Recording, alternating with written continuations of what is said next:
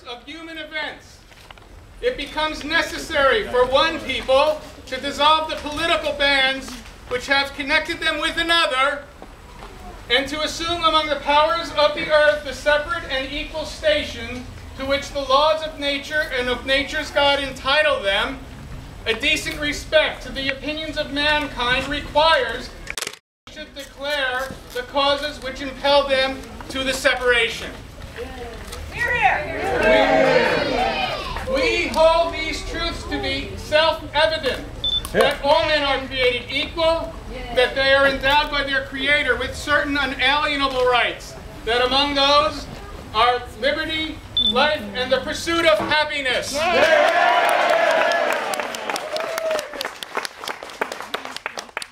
to secure these rights, governments are instituted among men, deriving their just power from the consent of the governed. That whenever any form of government becomes destructive of these ends, it is the right of the people to alter or to abolish it, and to institute new government, laying its foundation on such principles and organizing its powers in such form as to them shall seem most likely to affect their safety and happiness. Yes, the people, not the king. Prudence indeed will dictate that governments long established should not be changed for light and transient causes.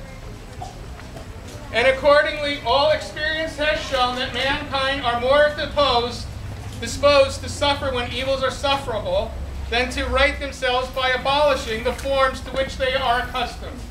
But when a long train of abuses and usurpations, pursuing invariably the same object, evinces a design to reduce them under absolute despotism, it is their right, it is their duty to throw off such government and to provide new guards for their future security.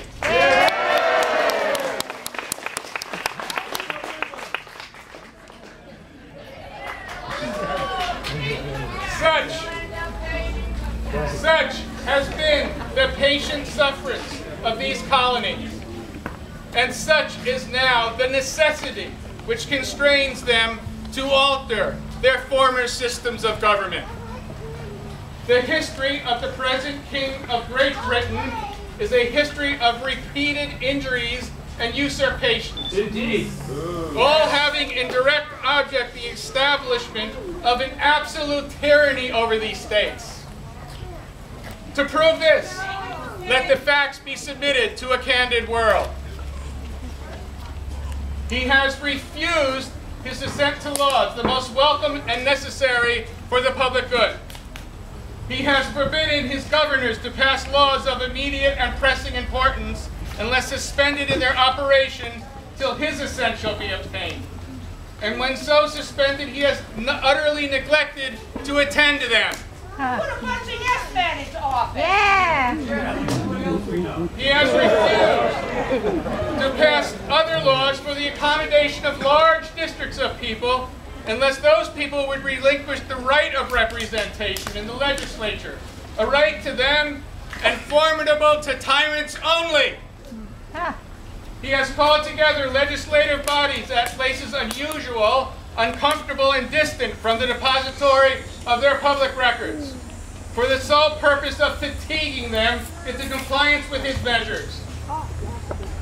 He has dissolved representative houses repeatedly for opposing with manly firmness his invasion on the rights of the people. He has refused for a long time, after such dissolutions, to cause others to be elected, whereby the legislative powers incapable of annihilation have returned to the people at large for their exercise, the state remaining in the meantime exposed to all the dangers of invasion from without and convulsions within. He has endeavored to prevent the population of these states.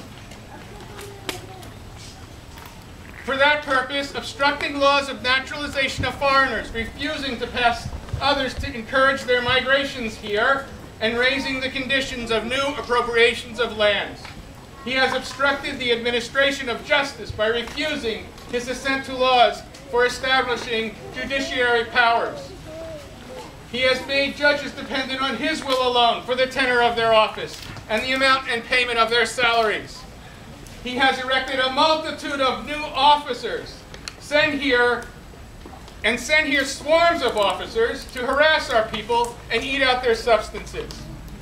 He has kept among us, in times of peace, standing armies without the consent of our legislatures. Being treated like an occupied country.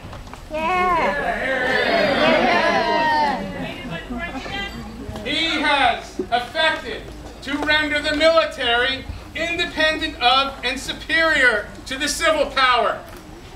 He has combined with others to subject us to a jurisdiction foreign to our Constitution and unacknowledged by our laws, giving his assent to their acts of pretended legislation. Exactly. For quartering large bodies of armed troops among us, for protecting them by a mock trial from punishment from any murders which they should commit on the inhabitants of these states. For cutting off our trade with all parts of the world. For imposing taxes on us without our consent. For depriving, in many cases, of the benefits of trial by jury. For transporting us beyond seas to be tried for pretended offenses. For abolishing the free system of English laws in a neighboring province, establishing therein an arbitrary government, and enlarging its boundaries so as to render it at once an example and fit instrument for introducing the same absolute rule into these colonies. For taking away our charters, abolishing our most valuable laws, and altering fundamentally our forms of government. For suspending our own legislatures and declaring themselves invested with power to legislate in all cases whatsoever.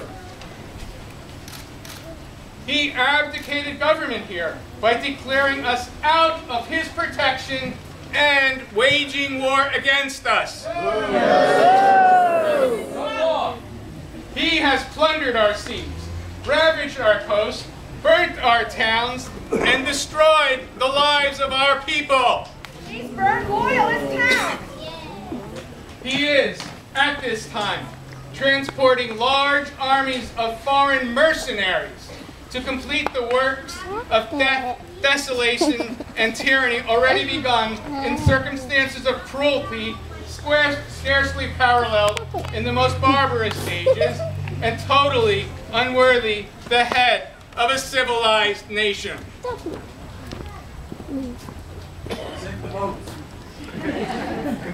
We're working on it. He has constrained our fellow citizens, taken captive on the high seas, to bear arms against their country, to become the executioners of their friends and brethren, or to fall themselves by their hands.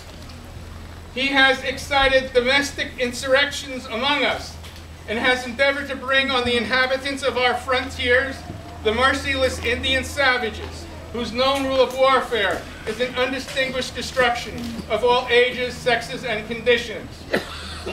In every stage of these offenses and oppressions, we have petitioned for redress in the most humble terms. Our repeated petitions have been answered only by repeated injury. A prince whose character is thus marked by every act which may define a tyrant is unfit to be the ruler of a free people.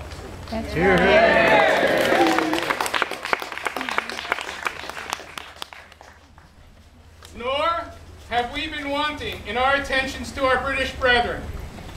We have warned them from time to time of attempts by their legislature to extend an unwarrantable jurisdiction over us. We have reminded them of the circumstances of our immigration and settlement here. We have appealed to their native justice, and we have conjured them by the ties of our common kindred to disavow these usurpations.